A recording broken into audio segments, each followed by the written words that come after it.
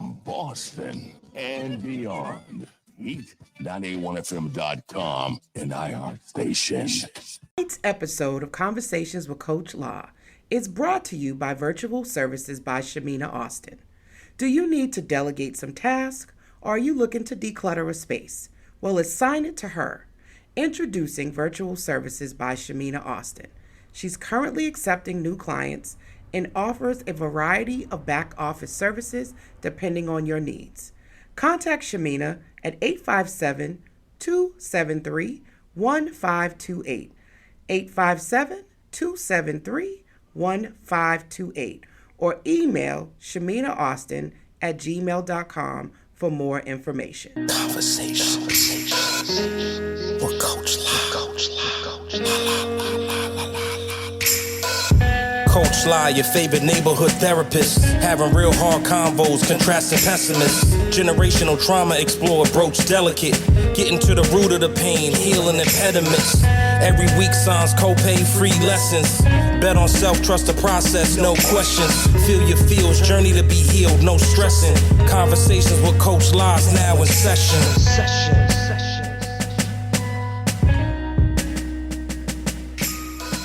What's going on? What's going on, beautiful people? Welcome to another episode of Conversations with Coach La. Shout out to Miss Angelina Hightower. She gave me that way of saying my name. So I decided I kind of like that. So you are listening to the Urban Heat 98.1 FM. That's right. We are radio with a purpose. We are broadcasting live from Hyde Park, Massachusetts. And you probably know this because I tell you every week that I'm excited about every single conversation, but I'm super excited about this one. And so it has been an interesting week for me, but I've decided that Sundays, I just relax and sort of like allow myself to reflect. I don't know how many other people out there during this time of year when it's daylight savings time and it gets dark earlier, you just sort of need more time to self-reflect and disconnect from people. So I am chilling, I'm relaxing. So the only thing I really do on Sundays is come do this show. So that's how important it is to me that I get out my house, come all the way here. I ain't been dressed all day. I've been in pajamas and I went and put a little bit of something on, threw on my red lip. I really like red lips. I love me some red lips, y'all. Anybody that knows me, get me a red lip, you make my day. So you guys know what we do here on Conversations with Coach La. We talk to really interesting, dope, intriguing people who have done something that I would consider constitutes them betting on themselves. And I feel like they can inspire and motivate people. Some people have asked me, Coach, how do you do a show on Sunday evenings at 10 p.m. and why Sunday at 10 p.m.? Well, I figured by this time for y'all insomniacs and all you people that strolling the internet that you would be relaxed, able to sit back, drink your favorite beverage, tea, hopefully no coffee so you can actually go to bed, get you some tea, some chamomile tea, maybe a glass of wine, and just sit back and listen to some things that might actually spark some perspective, encourage you, motivate you, or you get some tips on how to, make your week more effective and more productive. So that was the idea, hopefully you guys will share this, tell people about it so we can have more people join the conversation live because you can listen and watch us live on the Urban Heat website. So go ahead and check us out on Facebook. Go to Urban Heat Media and you can follow the page and actually watch the show if you didn't know that. You can also watch on all streaming platforms as well, Instagram, LinkedIn. So shout out to everybody on YouTube and all of the places that people love to be at. I tried to make sure I'm everywhere. So now that I got that covered, that's my housekeeping all done. What are we talking about tonight? Well, body work. And no, for all y'all nasty folks, I ain't talking about that type of body work. Even though the conversation that me and this next guest was having offline was quite juicy. Don't think because we get up there in age, people, that we don't still, like to go have some fun, because a lot of us are still out here getting it on and getting it in. But we ain't talking about that type of body work. We're talking about yoga. We're talking about being able to do breath work, restorative yoga, which I'm looking forward to hearing more about that, and how sensitive yoga informed programs actually can help people with trauma and understanding their body. There's a great book that talks about the body knows the score. So a lot of times we don't realize that when we've gone through something traumatic, like it lives inside of our body. People who have a lot of anxiety and different things like that, a lot of times it's connected to some type of traumatic experience. So she does a lot of things to help you deal with that. So she is a licensed independent clinical social worker. So she's my sister. We both are sister in this field. She's a registered yoga teacher. She has trained and helped several groups of people, individuals, and organizations amplify their authenticity and empowered them to become a better version of themselves, both personally and professionally. She has years of research in restorative yoga, where she has done yoga in terms of a 12-step recovery. I'm like, okay, that's very interesting to me. Miss Ayanna Freeman has developed an approach to wellness that gives people an opportunity to release complex trauma out of the body using movement and holistic and mindful techniques, making her a highly sought after speaker for events, retreats, and conferences. Not to mention, she's also an author of not one, but 2 books, Becoming Free, which is a memoir that talks about her journey from addiction to recovery. And in her second book, which I can't really say on the air, but let's just say it's called Unf You're Stuck. Okay. It's the 12 agreements to full body freedom, where she helps others identify stress cues located in their bodies, where she can fully release them using her 12 principle techniques that she founded. So she's super dope. She is a contributor to the social justice movement that has over 3,000 members. And she's also the founder of Love and Revolution, an action-based anti-racist social media group serving Cape Cod and beyond. So without further ado, I'd like to bring my next guest, Miss Ayanna Freeman, to Conversations with Coach Lau. So let's give her a nice warm welcome. What's going on, girl? Hi. So fun. How you? So fun. What's going on? I'm good so happy to be here. I'm so happy to see your face. I know. So what's so great about being able to connect with you is that we met at the Redefining Strong Black Women conference by Miss Regina, the Mindful Nisa. Yes. I was there as a moderator, and I had a table, and you were there as a workshop presenter. And I sat in your workshop, and I was just so intrigued and impressed by all that you do. And also the title of your book was very attractive to me. So we've been working on trying to connect for a while. Yeah. And I am going to be a part of the urban escape that we're doing in the Cape with the Urban Heat. So you guys better go get tickets and book your suites. So you saw that on my Facebook, and you were like, I'm in the Cape. We've been trying to connect. Yeah. Meet up for me to come and connect with you in the Cape for a while. Yeah. So now you're going to be a part of my brunch.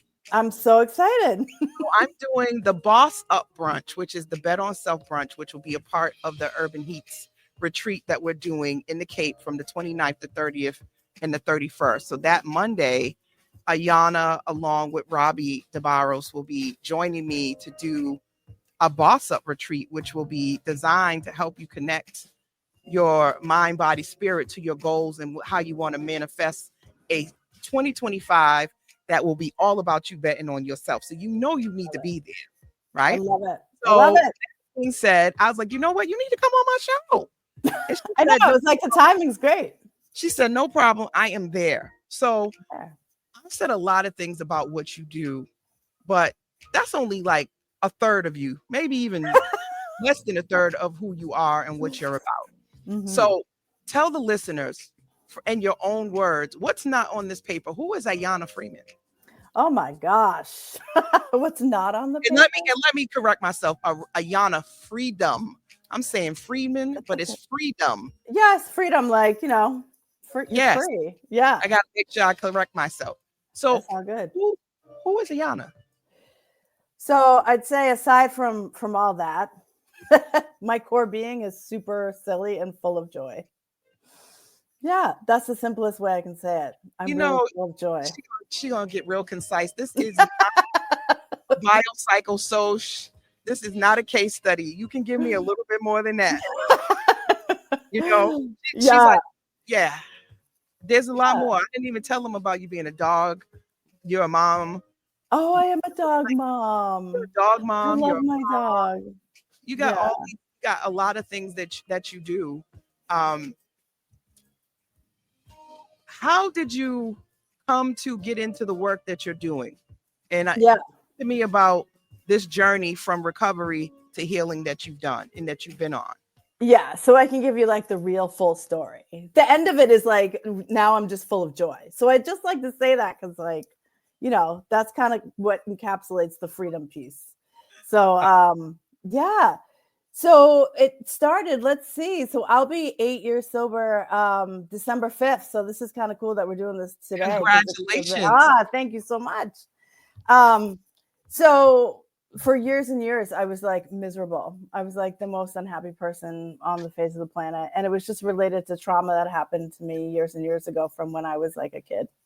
And it's all in my book. But the moment that I finally figured out that I had to let go of the thing that I was holding on to, which was alcohol, which was, wine in particular, but then other stuff, sort of captivated me and was like, it felt like the only thing that could really make me feel better about, and I was functional for a long time, right? I'm a social worker. I was healing other people, like what? Right. Mind blown there, right? Helping other people while I was a full-on addict at the same time. And then it just became super unmanageable. And so I made a choice to get sober and then get free. And then I say freedom because really what I did was choose to live a life that was myself. And I wasn't myself for probably, 25 years. I kind of lived like that. Sometimes I managed it, sometimes I didn't. But it kind of led to then this whole life of I started a nonprofit and I taught other people how to do it. And I did it in a way where it wasn't like your typical like AA or NA or any of those ways of sort of getting free from an addiction. I tried that. It didn't work for me. And then I realized that for me, really, it was breath and connecting to my body. And then I felt free. It wasn't until then that I made that connection. And that's when I sort of like took off with yoga and all the somatic movement and figuring out that all the emotions and trauma actually lives in your body, not in your head, not in your brain, even though it feels like it's in your head and your brain. It's really in your hips. It's in your heart. It's in, the parts of your body that ache all the time. That's why they call it dis-ease. It's actually dis-ease in the body, not necessarily just the mind. I mean, the mind's the piece of it, but so then I wrote like 2 books about it. So here I am with you. I love that she's very concise and to the point. Like it's just simple with her, right? Like it's, I just decided one day that, I was just doing the most and I just stopped and, I learned all these great things and now I'm here. It's just that simple, guys, but it is really not, right? And so as you're saying that, and I'm thinking about how many people find themselves in the midst of an addiction and they didn't even realize they were addicted. Right. And I think for a lot of people, it sneaks up on you because for the most part, you feel like you're very much in control. Right. Yeah. I remember I mentioned to someone that drinking, smoking weed, sex, shopping were coping strategies often. And she said, what do you mean coping strategies? What are coping? I never even thought about that. I said, well, when you think about why and what do you get out of what you do? And this is where your work comes in and bringing your mind and your body and connecting to understand what do you get out of drinking the drink? Right. I remember the first time I had a drink, it was gross. I didn't even like it, right? I had beer. I didn't like it. And these are things that we try and they'll say things like, it's an acquired taste. You'll like it or you just keep trying. It'll get better. Made me think about something else anyway. Oh boy, here we go. TMI. some of these things that I think in my head, I have to keep to myself. I have to realize I don't want you guys to know all of these things about Oh me. my gosh. But I think about when we are engaging in things that help us feel better, we don't necessarily recognize that we're in pain. Right. We don't understand the emotions that are associated with some of the behaviors that we do is because we want to feel better. Right. It's Exactly. interesting that you said that you feel freer now, because Yeah. if you think about addiction, after a while you don't feel free. You feel like you are in Oh, prison.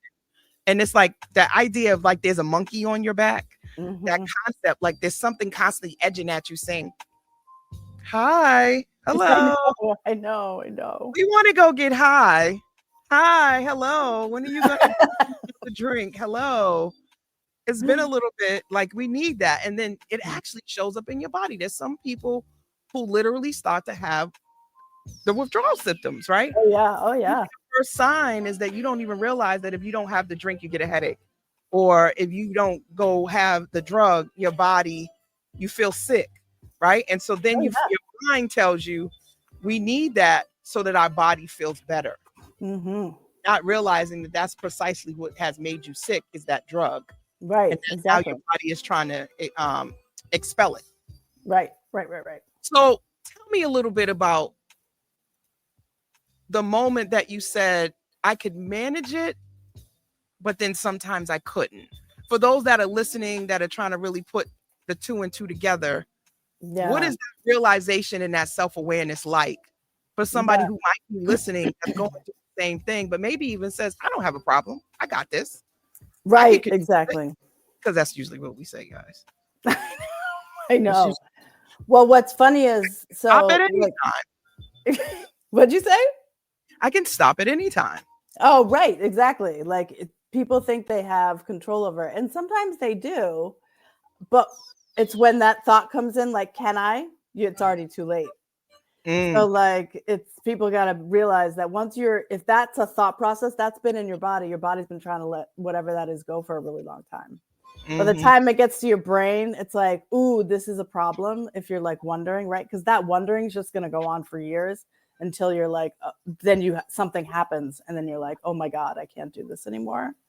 And for like me, right. So like for me, it was alcohol, but it could be coffee, it could be cigarettes, it could be porn, it could be your phone, right? So right now we're in like a climate that is like hustle culture, full of racial trauma, full of war, full of politics that are harmful to particularly marginalized communities. So no wonder it's probably very likely that most of us are engaging in some type of addictive behavior. Like, not to make it seem bad to anybody, but like, there has to be some point where the body's like, I can't do this anymore, right? Like your brain's so overloaded. If you're not engaging in healthy stuff, you're going to engage in not healthy stuff just to like survive.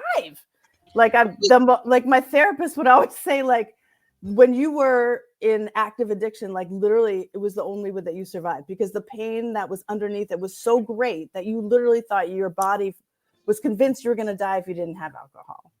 So like for me, that was the moment where I was like, oh my God, I understand that. And then, the denial for 1 year of when I could like manage it. I say manage it because I really couldn't, right? There was nights where like I was out where like I was just the drunkest person in the room. Like it was just like, and, it was like obnoxious. And sometimes that was funny. And then sometimes it was like really scary. So, there's like those moments where like, the next day when I'm like, ooh, that was a really scary one, then the thoughts are like, ooh, something's wrong. I got to do something about this. But at that point, the scary moments had already happened that I had just ignored, right? So it's like when I started to be able to be like, not ignore it anymore and start to take a look at it. But that took a very, very long time. Like people told me for years, there's a problem here. And I'm like, what are you talking about? Right. Like you drink with me. What do you mean? Like, we're all hanging out together, and we, in my mind, we drink as much as we, no. Yeah, you drink as much as I drink. Right. And I have to say, like in college, anyone who's listening, I get thrown back. I can't do what I used to do. Like, right. I I do not have the stamina to do that. But I also feel like that you know those statements where they say, you know, a drunk tongue is an honest tongue. Yeah. And it usually enhances or brings out your alter ego. Yes, Like totally. whoever you are when you're drinking is more than likely who you really want to be. Oh, geez. I'm already a hoot without drinking. So usually it just takes me to 1,000. But I really like what you said about being able to take that minute to step back and go, it's too late when you're starting to already have that feeling that maybe I'm doing the most. Because that means in the moment you didn't have control. Right. Or if you can't remember, you know, done, right? Like those things are signs. Yeah. And usually by then you're already in your potential addiction. You're in but it. I love that you said we all have some level of addiction. Yeah, we do. Or some people are gonna be like, what is she talking about? I know they're gonna be all mad, like, stop it, freedom. Yeah, I'm not addicted to nothing, but I think that there's some truth to that. One of the big ones is sugar. Oh, sugar for me, for sure. Like sugar is a big one. Salt. I think, you know, normalizing that it's very easy to have something that you crave, you want, and then you feel like you can't. Chocolate. You feel like you can't do without it. If you do, you're like literally irritable. Yes. You know, that's a big one is sugar. Like when you try to put yourself off of sugar, there's literally somatic symptoms that go along with it, which makes it hard to stop. Right. Exactly. Yeah. Right. So tell us about this part of like being able to you realize it, you acknowledge it, and you have to make a decision. So that reminds me of the whole stages of change, right? The pre-contemplation, then you're contemplating it, and then you finally decide. How long did it take to actually make the decision? Because usually you think about it and you're going to go through some relapsing. Yeah. Just because you say today you want to stop, it usually doesn't happen immediately. No, yeah. I can tell you the story that it happened. Just trigger warning. It's a hard story. So just to say that. Trigger warning. It's a hard story to hear, but it's not long, but take a minute and walk away or pause it or get a hug. I'm giving you a virtual one. Or be here, but just use your breath as you breathe through while I talk. That'll always help. You want to show them what to do? What should they do? Yeah, so they should drop their shoulders and then lengthen their spine, and then take a deep breath into the nose, and then let it out through the mouth. Yeah, and then do that. So take a deep breath in, inhale, fill up the chest or the belly, and then let the exhale out of the mouth. Yeah. Okay, guys. So if you feel any kind of way, try that. You can shake your shoulders. I always do like this. You know, like breath is a sign of life. Ooh, and a lot of people hold their stress and don't even realize you hold your breath. When you're stressed, you're anxious, you get frustrated, you hold your breath. That's why they always tell people who are having panic attacks or anxiety to breathe. So you'd be surprised. For all of you that just did that, doesn't that feel so much better now? So much better. Yeah. Okay. Tell us a story. I'm ready now. So my addiction had progressed. So it was getting worse where I was like drinking like all the time. Like I wasn't really eating. I was just drinking and I was hiding it. And it was really, at that point, my body was chemically dependent. So it's like, I couldn't survive without alcohol. The body does get to a point where like, it will go into withdrawals. And if you don't get help to get yourself weaned off it, you can have a seizure and die. That is something that does happen. So I was at that point, my body was at that point. And I had been drinking and we had just adopted my daughter and, I was going to go pick her up from preschool and I had been drinking and I was like, I'm about to get in the car and I'm about to pick up my 3-year-old and this isn't okay. So I called my husband at the time and I said, if you don't come and pick me up and take me to rehab this second, I will never get sober. Like we have a window, we have this one window. And so he did. And that was like the hardest most bravest thing I've ever done, probably in my whole entire life. And I was so scared. Like I was shaking to the point of like, I almost ran out the door. It took him like 10 minutes to get home. He probably drove really fast. It was 20 minutes from work. But it was, but I got in the car and yeah. And then I stayed sober for 6 months after that and then relapsed. And so I always tell people like, that's totally normal. It doesn't happen to everybody. But in the beginning, if you've been drinking for that long or you're addicted to something for that long, the body doesn't know how to navigate the world without it. And so it feels yucky. It doesn't necessarily feel amazing in the beginning. It felt better, but I wasn't happy. Like I hadn't found something that made me happy yet.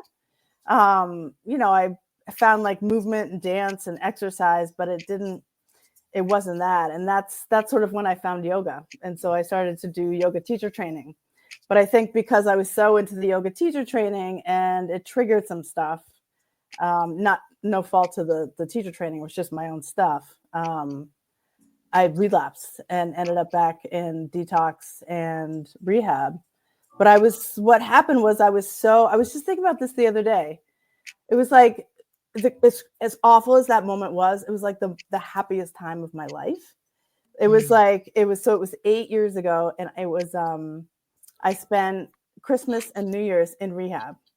And I remember being so just happy because I was so dysfunctional prior to that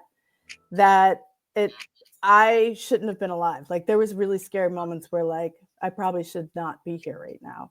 And I remember thinking like, oh my God, like I made it to detox. I was like crying, happy, like, oh my God, like I didn't die in my car. Like, oh my God. Like, So, and then I think that was the moment that I really dove into yoga and I started writing then. That's when I started writing my first book. And that's where I really just found the yoga mat and I just like rolled around for like hours and listened to music and cried and wrote and really started to dig deep into some of that stuff and then started to work with therapists and read and just like really get like deep into the stuff while I was in rehab because like why not be a mess there, right? Like I can go as deep into the trauma as I wanted because I was safe. Right. I've never been in a place where like I could go that's what needed to happen is like all the stuff that happened to me when I was younger with all the trauma that happened with my mom. It's like I needed to just be there, but it was so scary and so painful that I felt like I couldn't do that without alcohol. But finally, I like had this moment where I was like in rehab on a yoga mat and then was like talking to a therapist like, no, this is what came up in my yoga mat. Let's walk through it together and like let's heal it. Yeah. Wow. Yeah. Thank God for that moment of reaching out for help and saying, you know what, I need to get out of my own way. Right. And noticing that because so many people, I'm sure if they could do it over, have those second thoughts about their behavior, but they don't listen to themselves. Exactly. Right? Just get behind the wheel anyway, or somebody tries to take their keys and so I'm thankful that you made that choice and you were supposed to be here to be able to talk to us and to whoever's listening that may be experiencing moments like that to know it's okay and that the best thing to do is to reach out for help because the hindsight of that is getting behind the wheel and getting into an accident, right? Harming someone else or yourself. Exactly. Versus not driving that car and being able to just sit there. I prefer you just, sit on the side of the road or go get on a bench before you get behind the wheel. Right. Right. So many people have found themselves indulging in alcohol. It's one of the most, I would say, I don't want to say popular, but I would say it's one of the most approved, socialized, normalized. Oh yeah. Means of managing, coping with stress. Like, the idea is, you get off work, hey, let's go have a cocktail. Let's go have a drink. Right. It's just so normal to say that you can find yourself with an alcohol problem and you didn't even know that you had one. You just go out. You're going out every night and time you go out, somebody's buying you a drink.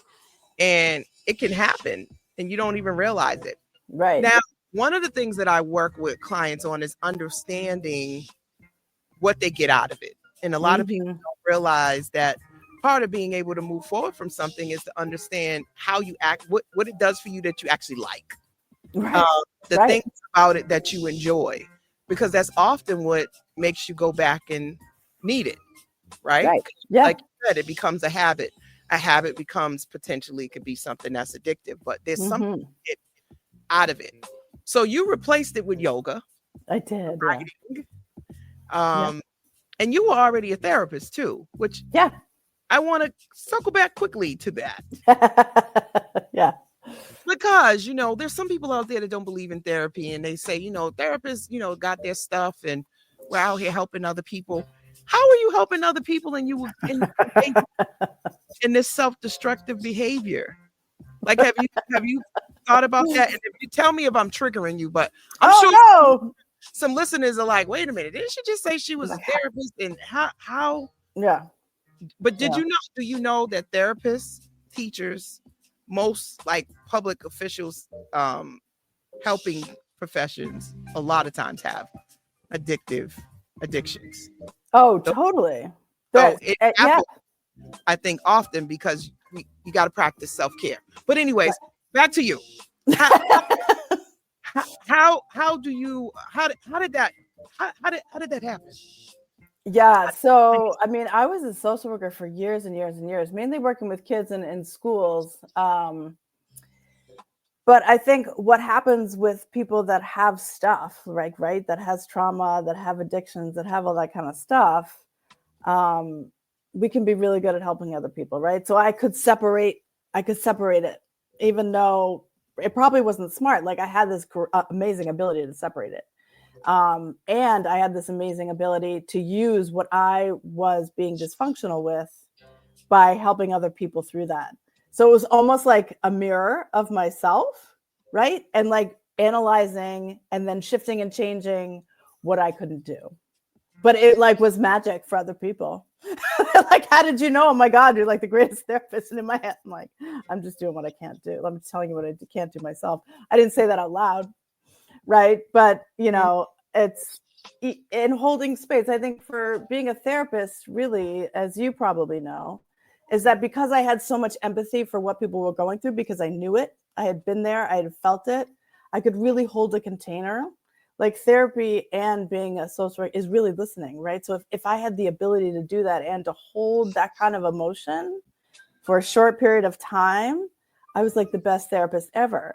But then what would happen is I would take that on. I didn't even know that I would take it on. I would not know how to work with all the emotions. It would land in my body. And I wouldn't know how to I wouldn't necessarily just go to the gym. I would just go to the bar.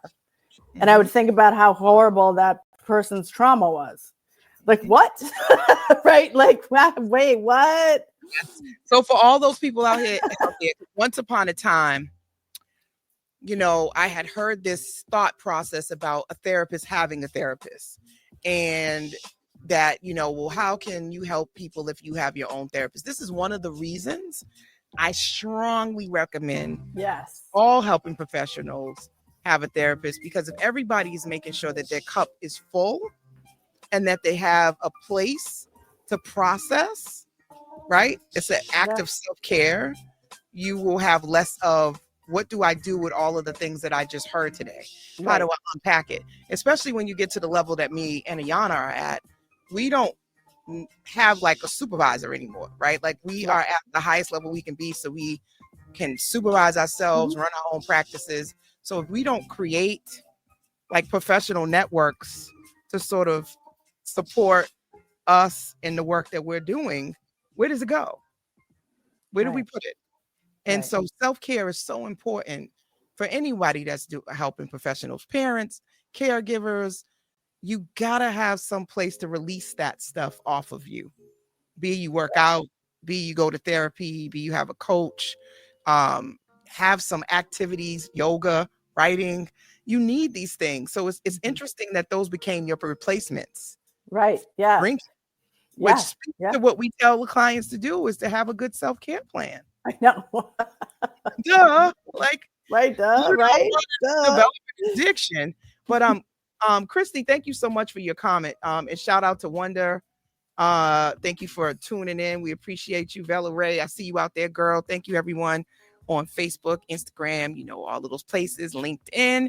You are listening to Conversations with Coach La La La right here on the Urban Heat, 98.1 FM. I'm here every Sunday at 10 p.m. live.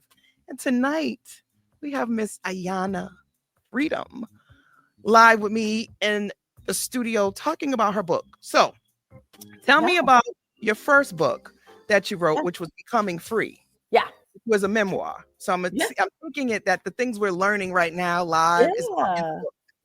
Yes. So that story that I talked about of almost getting my daughter out of preschool, that's definitely in the book. Mm-hmm. And the book was sort of inspired by all those moments like on the yoga mat when I was in rehab. So when I was in rehab, I would just have journals and just write about like the trauma that happened to me. So the story that comes up the most is the time when I was younger. So my mom was an addict as well. And she was, drugs, alcohol. It wasn't just alcohol. It was like multiple things. And she was homeless for a long time. There wasn't many moments in her life where she was sober from anything. And so there was a time where I was living with my dad in Newton, and then she would call and just be like, hey, I'm going to meet you on the train and we're going to go shopping. Right. So meet me at, in Newton and the train station and we'll go shopping. And I was probably like, I don't know, 7, 8, maybe 9. And I would go and just wait, and it would be freezing, and I would walk and I wouldn't tell anyone where I was going because I knew in my heart like she wasn't going to show up, and she didn't for like, and I kept going. I mean, that must have happened. I mean, multiple times, the train station. And so sort of that's how like the book opens of like, this is how I learned that at that point, what it taught me was I was unlovable. Of course I was, right? Of course my mom loved me. She was just wrapped up in addiction. But at the time, I was like, when you're young and your mom doesn't show up and it's like she's, choosing drugs or whatever over me, I was, learned that like, this is what it feels like to be unlovable. I must be unlovable. And I remember in the book, like that was actually the moment the addiction came in. Right. So if you look back, like I didn't know this until I pieced it all together, way later and then in the book. But that moment of being like, I'm unlovable in this world, like and later on tasting alcohol and being like, that makes me feel like love. Boom. Right. Like that was like, what? So the book kind of walks you through all, sort of the back and forth moments of how my childhood trauma sort of contributed to the addiction, and then how I sort of came out of it on the yoga mat, and then how I started a nonprofit, and then the world that you see now today. Yeah. Wow, that's powerful. And thank you for sharing that, Ayanna. I think we talk a lot about doing the work, and I think sometimes we use a lot of themes become really like popular and they become part of pop culture, and it's a lot of like, you need to heal, right? You need to do the work, and right. What the hell does that mean? Right. Like, what does it mean? So when do I know I'm healed, right? Because as we're talking about this stuff now, like you still have emotions and feelings about things. Oh, yeah. It's part of your story. It's part of your journey. So when do you per se become healed? What does healing look like? And I think that looks different for everybody. Yeah. There's also this part of our work where we talk about not re-traumatizing people. It's very solution focused. So focus on the solution and not the problem. And so for a lot of people, it's like, well, is it helpful to relive these memories? Right. Mm-hmm. But I think it's really up to the client. Right. But I think there's some things that play out in your mind like a loop. Yep. And they come up for you. And a lot of times we don't even want to acknowledge that these things are coming up for us, and it's like a loop. And I think the reason why I love therapy, and I think therapy is something everybody should do, is that more than likely there are certain things that have happened in your life. Maybe not in childhood. Maybe it was a divorce. Maybe it was something in college. Maybe it was, a breakup. that sort of can reshape us, change our perspective and outlook about the world and ourselves and our interconnectedness to the world. Yeah, totally. It can cause pain, right? Hurt, despair, resentment, all of those icky words that, you know, we sometimes don't want to address. And I feel like that's why for me, you know, growing up in the crack epidemic, right? I saw a lot of people change overnight. I remember being a young girl and people that were one way all of a sudden were addicted. And not everybody that tried, you know, crack back then, I would say was dealing with trauma. I think it was just popular. It was cool. A lot of times it was peer pressure where you were. And it was just times were different. Right. And then you find out that you have a problem. But originally you were just having fun and you just wanted to fit in. And, you know, getting high was cool. You know, who doesn't, you know, do a line or two here and there, right? And, oh, try this. This is the new thing, the new way to do it. And you're not even thinking. And a lot of people that I spoke to weren't really thinking about addiction the way we think about it now. Like, it was like people were just experimenting with this stuff and didn't see how bad it was. But now we know, like this generation, we're like, oh, I remember the crackheads. I remember. So true. Right. And I'm like, oh yeah. So I see addiction as scary, but back then they didn't. It was fun. It was cool. You know? Oh yeah. It was just different. And I think that's somewhat what happens with alcohol is a lot of us don't look at it as bad. Right, exactly. It potentially could be a problem. It's cool. Who doesn't want to go out and have a cocktail, right? They make it real pretty. They're in sexy glasses and all this stuff. Like, it's not a problem. But then again, for some people, it really, really is. So I appreciate you sharing that and just being able to understand why you drink and connecting that to when and potentially if it becomes that you're abusing alcohol. So we're not just talking about moderation, you have a glass of wine here and there, but when you are indulging to the point that you're about to get behind the wheel and drive intoxicated and you don't even notice or you're hiding it from people. There's these telltale signs that go, wait a minute, pause, and pause. Am I okay? Right. Am I okay? Are you okay? So, and it's okay to not be okay. So, absolutely. All right. So after becoming free, you then did the next book. Yeah. Talk to me about book number 2. Book number 2. Okay. So unbleep your stock. Unbleep your stock. Okay.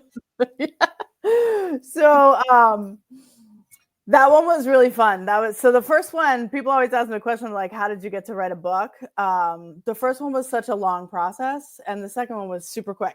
So it just all depends on like who you're working with and the editors and all that. So I had a sort of like a coach and a publisher that helped me with the second book. And so it was much faster. And I think what people were looking for was like, okay, so we have the first book of like your whole story, how you got to like becoming free, how you got let alcohol out of your body, how you got into yoga, how you got into movement and all this kind of stuff. But like people wanted more, like when you talk about healing, like you said, like, wait, what does that look like? Like, okay, you're on your mat, but like, I need like a framework. Like people were asking for like, we're such structured beings. And it was like, I need like a step-by-step process of how to do this. So I was like, ooh, that's interesting. So I was like, can I go back and like create, how did I do that? Right. I don't know. Right. Some of it was just natural. So when I thought about like ways in which I did that, I kind of was like, well, there was some like steps, right? So if you think about like the 12 steps was like AA or NA, there are reasons that is there. And I'm not like saying those things don't work. I think the reason why those things work is they're built in community. And there is a structure of these 12 steps that like are great, but those what was written in there didn't work for me because my healing was so related to my body and like my energy body and how I like was feeling the world. And I needed like more more commitments around my body. Like, how am I going to make commitments to my body that I'm going to live in this life? So I developed what was called the 12 body agreements. And so each one of those has a step. It's mine, but in the book, it walks you through how to create your own template and how to come up with your own 12 body agreements, or you could just use mine, right? So mine are pretty simple. The first one is, I agree to listen to my body. But when I made those agreements, it was literally like a contract that I was using for my life. And so then, I read them every day. Some of the ones that I'm stuck on, I got to go in the mirror and like literally talk to myself, because some of them, it's hard, right? Like, I'm going through menopause. I don't love my body right now. It's like so much bigger than it's been. And so, part of what I made a commitment to is that I will treat my body like my best friend, like my friend Nicole says. And it's, if I'm not doing that, I stop on that one and I'm like, okay, this is the work. This is the work for this week, this month, until I feel like I'm grounded in that body agreement. And, there's 12, it can go, but they're fluid. They're not, nothing in this world is not fluid. So you can go from 1 to 12. It doesn't have to be, one way or the other. And so the book just kind of talks about the stories of how I got to each agreement. And so that's, I really like that. I like that. Shout out to the body agreements. I think anyone who has ever had anything happen to their body, any kind of body violation, this is a great book to reconnect you to your body. A lot of people disassociate from their body when they've gone through certain traumas, be those sexual traumas, be those physical, be those not feeling like you were loved, abandonment issues, rejection. And sometimes to get through those things, you separate. And when I say separate, it's like an out-of-body experience. When you start saying things like, I don't care, it doesn't matter. You start saying different things that let you know that you're not really acknowledging the impact. Your words will never hurt me type of thing. We kind of get conditioned to numb ourselves from what's really happening around us so that we can cope. Right. And so that we can move forward. I think for me being a Black woman, that has been very much a part of my experience is, you got to be strong. We ain't got no time to be crying. Oh my That's God. a sign of weakness to cry or to say you need help. So there's this hyper focus on strength and independence, right? Oh, yeah. And so I think all of that sometimes means that I have to separate from my body, because if I'm in my body and I start feeling, right, might make me cry.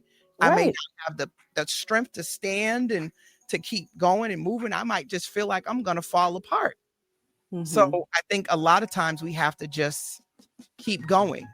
And that keeping going is not even noticing that we're in pain. I know that there's some women have mentioned when you said, you feel it in your hips and your shoulders. If you've ever went and got a massage, raise your hand, right?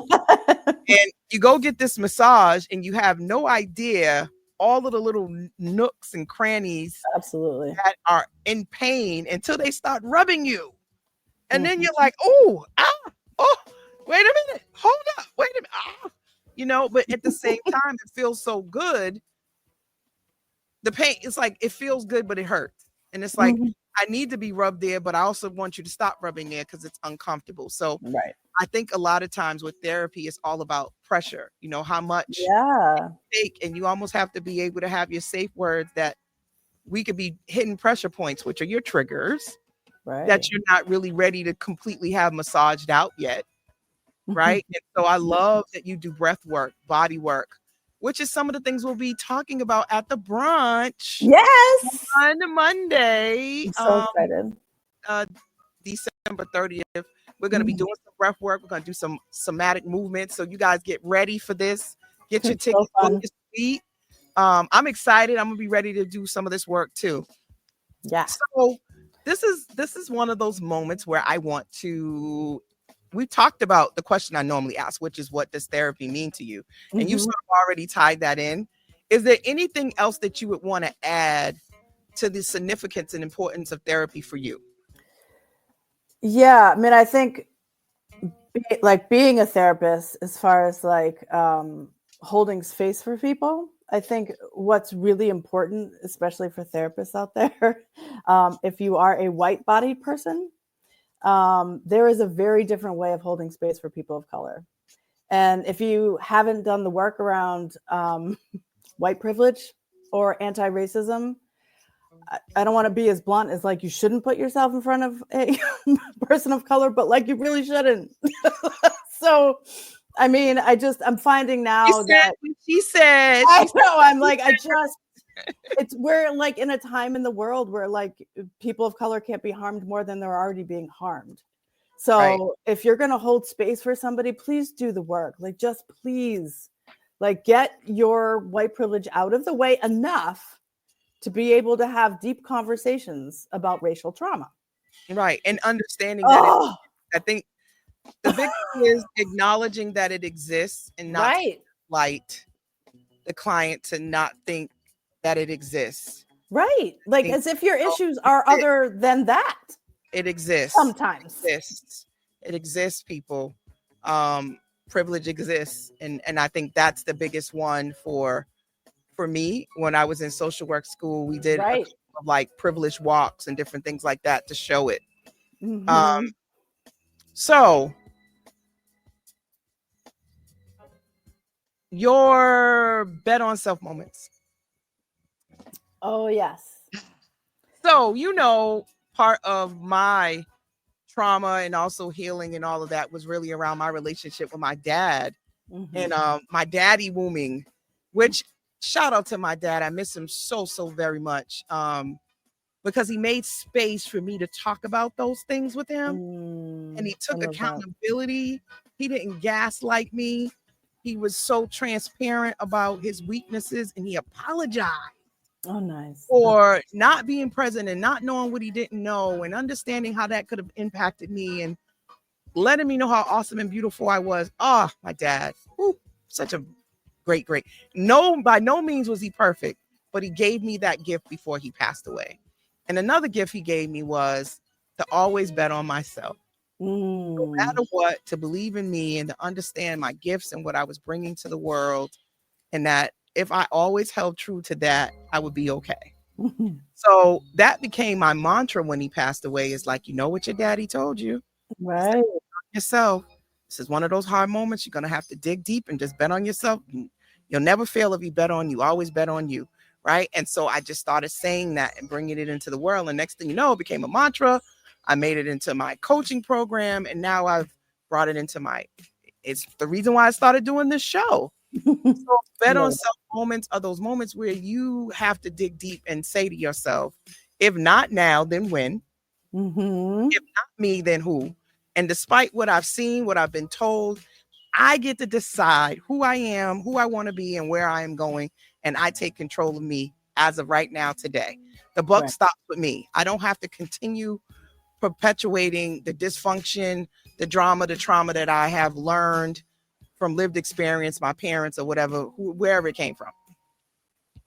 Do you have self moments that you feel like you haven't shared already that maybe were quiet, that you want to share with the listeners to give them a little bit of encouragement that they too can bet on self?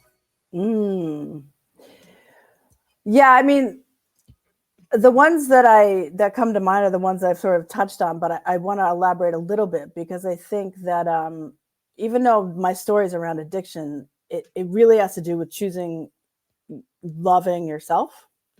And that, like, there's going to be a moment in your life where you're going to be like, I'm going to go this way and I'm going to go down this hole. And that's kind of going to be like, I'm going to fight against it, or I'm going to choose love. And yeah, life's going to go like this, but you can always come back to a foundation of love.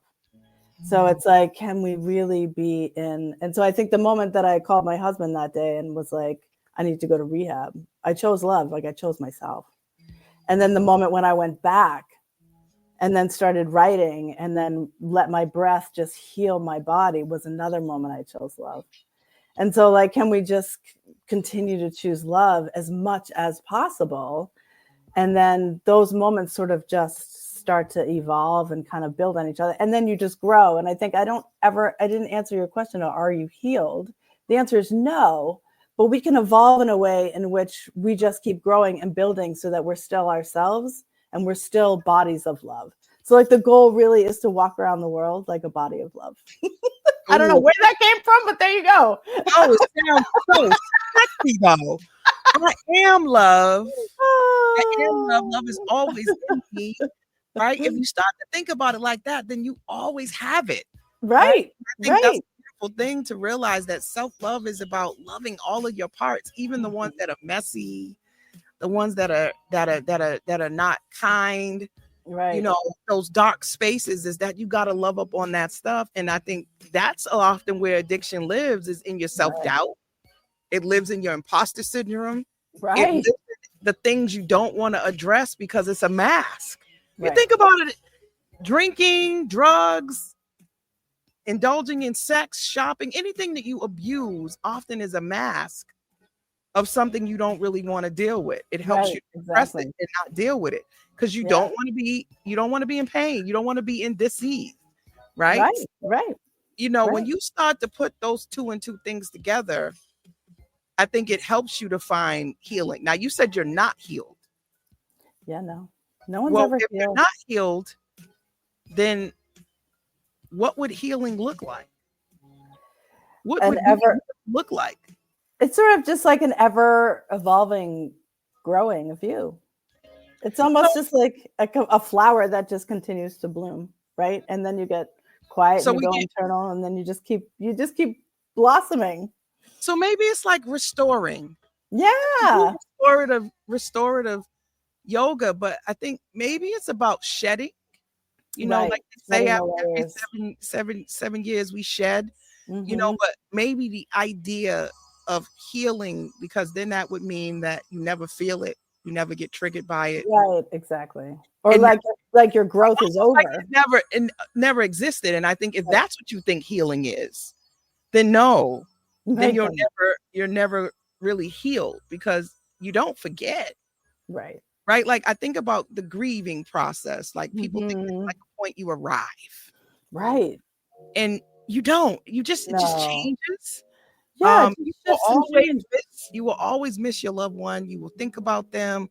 And the more you try to not do that, I think is when it becomes problematic. Right. But being able to coexist with the fact that they're not physically here anymore. But the grieving never stops. Right. It just changes. Exactly. Yeah. Right. Changes. And that's sort of how we sorry. No, go ahead. How we in terms of healing, how we talk about it in yoga is like you're just shifting shapes. You're just creating different shapes to build on one another. And I like so that. Then, you just change, everyone as a therapist now, when people are like, this thing happened to me, it was so crazy and awful, and I made this bad decision. I'm like, no, you're just shifting shapes. You're going over here now, and it's okay. And let's think about how we want to go there. That's all. So look at healing as being fluid, people. Yes, so fluid. It's like breathing, right? And you got to continue to breathe through it and continue to process it. It's not linear. It's not this place you arrive at. It's a process of acceptance, radical acceptance, I like to say, which means I accept that happened to me, and I also accept that I am not in that space anymore, because things do change. Oh yeah.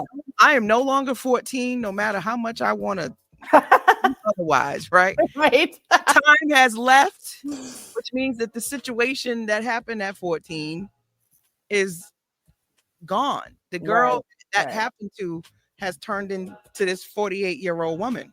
Right? She's already survived it. So the question is what am I going to do at 48 to let her know, okay, boo, you took care of me.